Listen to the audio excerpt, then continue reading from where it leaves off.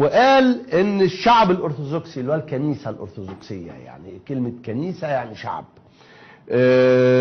لاحظ العديد من حوادث العنف ضد المسيحيين في المنطقه. طب ما لاحظتش العديد من جرائم القتل ضد المسلمين في المنطقه؟ طيب انا عايز اوري هذا الكذاب اللي اسمه كيريل، البطريرك كيريل الكذاب الذي هو احد جنود الدجال، يعني مش اكتر من كده. انا عايز اوري له فيديو هو والسوائم الذين هم كالانعام بل هم اضل سبيلا، اللي لسه مصممين على ان لا السيسي مش موضوع ان هو ضد الاسلام يا جماعه، مش عايزين ندخل الاسلام في الموضوع ده، هو مفيش غير كده، ده الاصل، ده المنبع، ده الاول. عايزين نشوف فيديو لضابط طائفي صليبي مصري وهو يقتل المسلمين في ربع العدويه، وبعد ما بيقتلهم بيعمل التسليس، بيعمل كده، يقتل ويسلس، عشان اي بهيم هيجي يقول لي الدين ملوش دعوه يبقى يعني هو حكم على نفسه. انت شفت، قدم لي تفسير بقى لو سمحت. الراجل الطقس الديني اللي هو بيعمله ده وهو بيقتل، في حد في الدنيا بيعتبر القتل شكل من اشكال التعبد الا غلاة المتعصبين والمتطرفين والمهووسين؟ في حد غير كده بيعتبر القتل ده طقس من طقوس التعبد؟ يعني مالك؟ اعقل، افهم انت بتقول ايه. عايزين نشوف الفيديو ده في الرد على كيريل اللي هو بيقول لك ان لاحظ ان الشعب، لاحظت الكنيسه الارثوذكسيه ان بعض المسيحيين في المنطقه بيتعرضوا. انا عايز اوري له المسيحيين بتوعه اللي في المنطقه بيعملوا ايه في المسلمين. هنشوف الراجل وهو بيقتل وهو بيصلي صلاه التثليث المسيحيه وهو يقتل المسلمين. شوف الفيديو.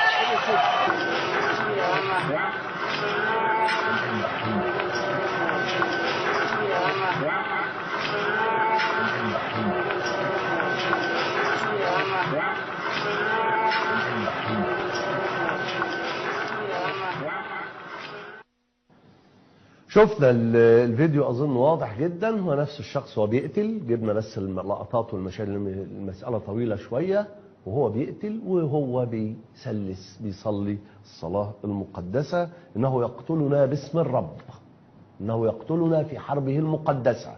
يا كيريل يا كذاب، هذا المسيحي هو الذي يقتل. بتطلقها اذا حبيت تعتبر انه كل ابن دين او كل منتمي الى دين هو مسؤول عن أفعال كل المؤمنين بالدين نفسه، إليك هذا النموذج.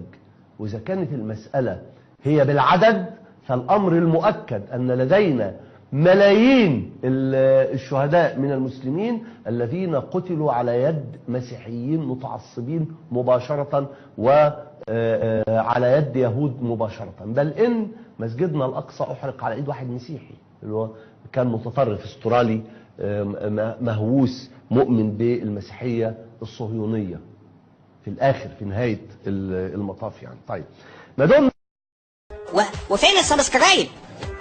ما بتدوسوش ليه سبسكرايب هنا على لو ما كنتوش لسه اشتركتوا في القناة ممكن تدوسوا هنا على سبسكرايب علشان توصل لكم الفيديوهات بتاعتنا الجديدة أول بأول. ايه بتبصوا لي كده ليه؟ مستنيين ايه؟